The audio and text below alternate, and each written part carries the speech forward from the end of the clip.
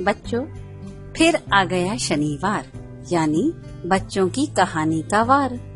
इस बार आपके लिए है लालच बुरी बला नाम की कहानी। जरा देखो, चांद भी आसमान से हमारी कहानी सुनने आ गया है। तो शुरू करते हैं ओशिंदी की तरफ से बच्चों की कहानी लालच बुरी बला। एक गांव था। उस गांव के लोग खेती करते थे और अपना जीवन यापन करते थे। उसी गांव में 4 भाई भी रहते थे। उन चारों भाइयों को खेती करना नहीं आता था और कुछ काम भी नहीं आता था। इस कारण वे गरीब हो गए थे। उन चारों भाइयों ने धन कमाने और कुछ काम की तलाश में शहर जाने का फैसला किया। एक सुबह वे सभी घर से निकले और गांव से दूर एक दूसरे नगर की ओर चल पड़े। रास्ते में एक जंगल पड़ता था।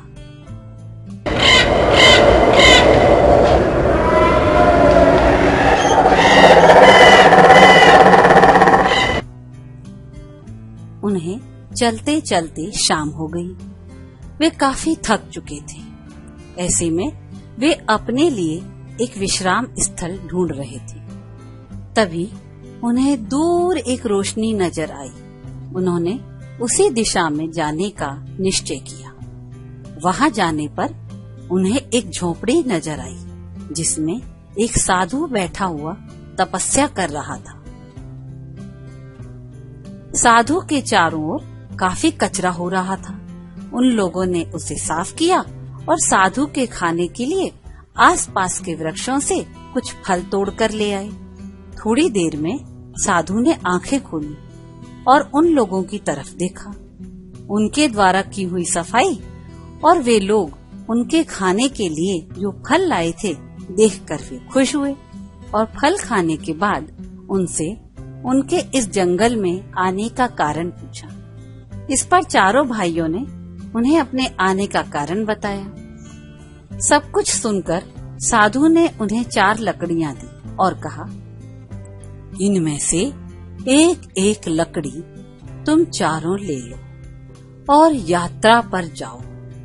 जहाँ ये लकड़ी टूटेगी वहाँ खुदाई करने पर तुम्हें धन मिलेगा, लेकिन ध्यान रहे लालच मत करना। ये सुनकर चारों ने साधु को प्रणाम किया और अगले दिन एक एक लकड़ी हाथ में लेकर चल दिए। वे थोड़े ही दूर गए थे कि सबसे छोटे भाई के हाथ की लकड़ी टूट गई। चारों भाइयों ने मिलकर वहां खुदाई की।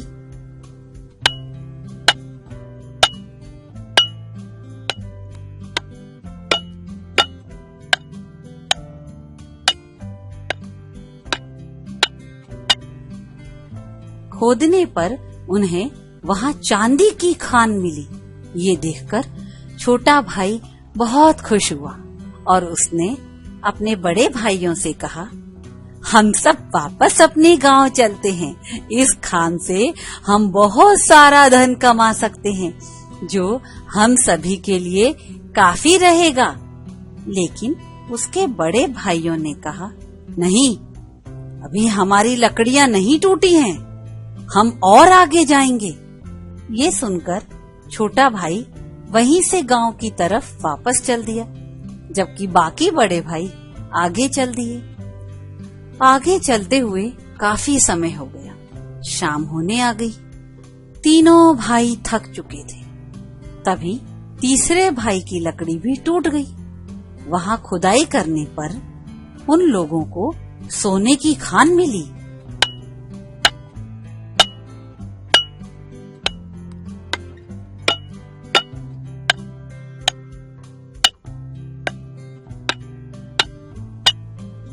ये देखकर तीसरा भाई बहुत खुश हुआ और उसने बाकी दोनों भाइयों से कहा, भाई, अब हम सब वापस चलते हैं।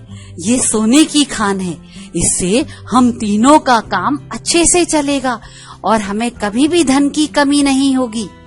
ये सुनकर दूसरा भाई सबसे बड़े भाई से बोला, भाई, छोटा ठीक कह रहा है, ये खान हम सभी के लिए काफी रहेगी। नहीं, बड़ा भाई बोला, हम और आगे चलते हैं, हमें इससे ज्यादा धन मिलेगा।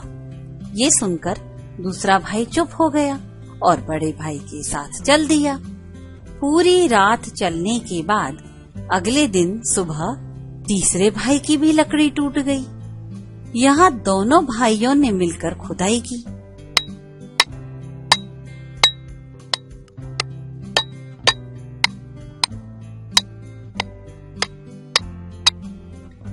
उन्हें हीरे की खान मिली। ये देखकर तीसरे भाई ने बड़े भाई से कहा, भाई अब हमें वापस चलना चाहिए।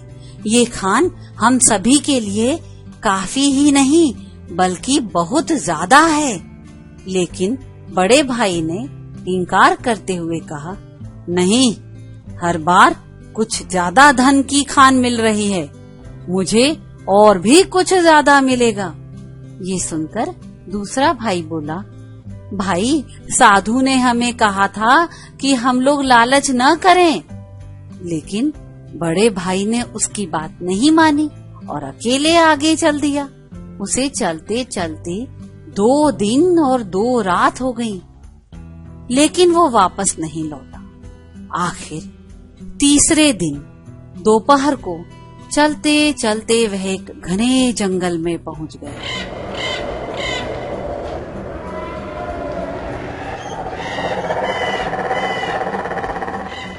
अचानक एक जगह उसे एक आदमी मिला जो कि तेज दोपहर में खड़ा था। उसके सिर पर एक चक्र घूम रहा था। बड़े भाई ने उस आदमी से पूछा, ये चक्र तुम्हारे सिर पर क्यों घूम रहा है? उस आदमी ने कहा, वो मैं बाद में बताऊंगा, पहले तुम बताओ, तुम यहाँ क्या कर रहे हो? तब बड़े भाई ने पूरी बात बताकर कहा, मैं जा रहा हूँ, मुझे कुछ ज्यादा धन मिलेगा। उसी समय उस आदमी के सिर का चक्र उतरकर बड़े भाई के सिर पर लग गया। ये क्या हुआ? ये मेरे सिर पर क्यों आ गया है? इसकी आवाज से मेरा सिर फट रहा है, बहुत गर्मी लग रही है। ये सुनकर वो आदमी हंसते हुए बोला, मैं भी तुम्हारी तरह ज्यादा धन के लालच में यहाँ तक आया था और ये उसकी सजा थी। अब मैं आजाद हूँ।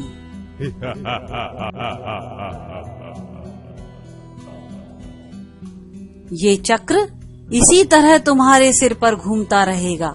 इसकी वजह से न तुम्हें भूख लगेगी, न प्यास लगेगी, न तुम सो पाओगे, न कहीं जा पाओगे। बड़े भाई ने रोते हुए पूछा, मुझे इस चक्र से आजादी कब मिलेगी?